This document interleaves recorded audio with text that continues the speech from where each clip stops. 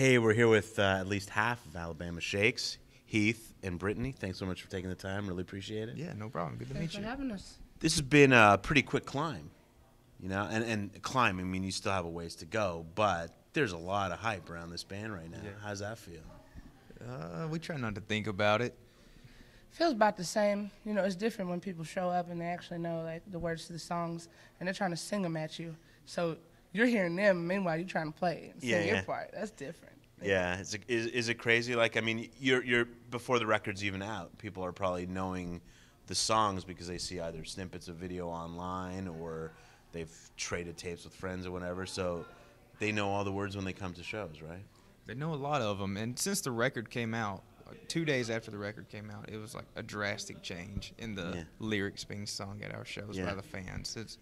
We could tell the record was out. It's a pretty great feeling. It's been 2 years, right, since you guys have been a band? Or 3. 3 now, right? And so what, I mean, did it just all bubble up real fast? Like, you were just doing your thing, right, in Alabama? We were playing shows. We're doing things the old-fashioned way. Yeah. We're playing shows and saving up money to go to the studio. We found the studio in Nashville, Tennessee, and we went there and started working on this album. That was January of last year. And, you know, we would do it far and few between the sessions. You know, we would have time off work and we'd do one day and do 5 songs. Right. And 2 months later, we'd have 2 days and do 4 songs. And then, like, we would really have to work to get this record out. So it wasn't until, like, a guy found us on Facebook, and we had put one of our songs up, and he found us, and, like, his name is Justin Gage from Aquarium Drunkard. It's like a big blog down there in L.A. Yeah. And so it's when he put us up that people started, well, they had, like, a channel to listen to us, because before, we were literally just trying the best we could to get shows and play as much as we could. And mostly local shows, right? Like you were the Shakes and mostly playing around Alabama, right? Yeah, That's mostly right. around the state of Alabama. So you recorded the record in Nashville, and then this blogger in LA found you, and then it's kind of snowballed out of control after that, right? With ATO and Red Light and all of that. Yeah, Justin Gage from Aquarium Drunkard is friends with Patterson Hood from the Drive-By Truckers, Right. and so he passed us along to Patterson, and Right. that was a really big help. You know, we got management through Patterson. He introduced us to Red Light and, you know, all those guys. So then it really snowballed after that. But you guys were paying your dues and doing all of that stuff that good bands do way before you even, you know, met Patterson. Yeah, as much as possible. You know, we all worked full time. Steve had 2 kids, so Weekend Warrior was the best we could be. You know, get out. And that was still hard to do sometimes, but we tried the best we could. Now you've given up those other jobs, right, to be full-time musicians. You're not carrying mail anymore, or doing just my own mail. Just your own mail.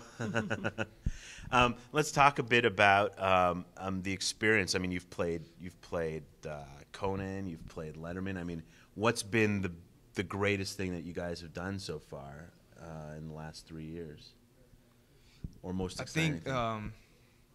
I mean, there's been a lot of shows that have really stood out. I mean, the show we played at Music Hall Williamsburg in Brooklyn just a few days ago would be one for me. That's the one I was talking about, people singing. Yeah.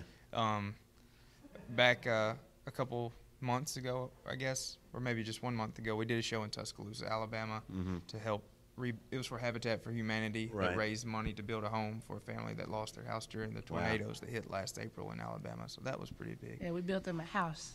That's pretty awesome. It was pretty cool, yeah. Do you remember hearing the first time your song came on the radio, and what kind of reaction you had to that? I don't think I've heard it on the radio yet. I saw it on the Zell's commercial a few months back. That was kind of surreal. I guess now you don't really need to have a hit at radio, right? You can build a career without necessarily having a hit at radio. It can either be in a Zales commercial or just hard work on the road, and then people get to know who you are. I mean, I don't know a whole lot about this industry and the benefit of radio, but I know radio is good at playing out a song, so I don't know. To not hear our song on the radio is okay with me. Yeah. What do you guys, you know, the songs that you have on the record, there's, you know, 10 or 11 songs, but the set's a little deeper than that. You guys do a lot of covers. What's the craziest cover you got in the... Well, we don't really do a lot of covers. You don't? We have one cover that we pull out every now and then called Led Zeppelin's How Many More Times. Wow. And when we played in London, we did a few extra covers for over there. We did a T-Rex 20th Century Boy and another Led Zeppelin, The Crunch. I think people would be shocked to know that it's not just about making soul music for you guys. It's about, you know, rock is as important to the soul vibe as anything else, right? Yeah, rock and roll. You got to keep the roll on the end of Yeah. it. Just, Rock and roll. Just rock sounds like Nickelback or something. Yeah. Well, we don't want that. That's okay, too, for the people who like that, but that's not us. Yeah. Are you guys all writing? Are you writing more material for the next record already? Yeah, I we mean, have a lot of stuff already written, continuing to write. We're playing, you know, 3 new songs every night, and there were a lot of things demoed during the session. Right. During the sessions of the recording of this record that we're pulling from that and just saving. What was it like doing that session with Jack White at Third Man?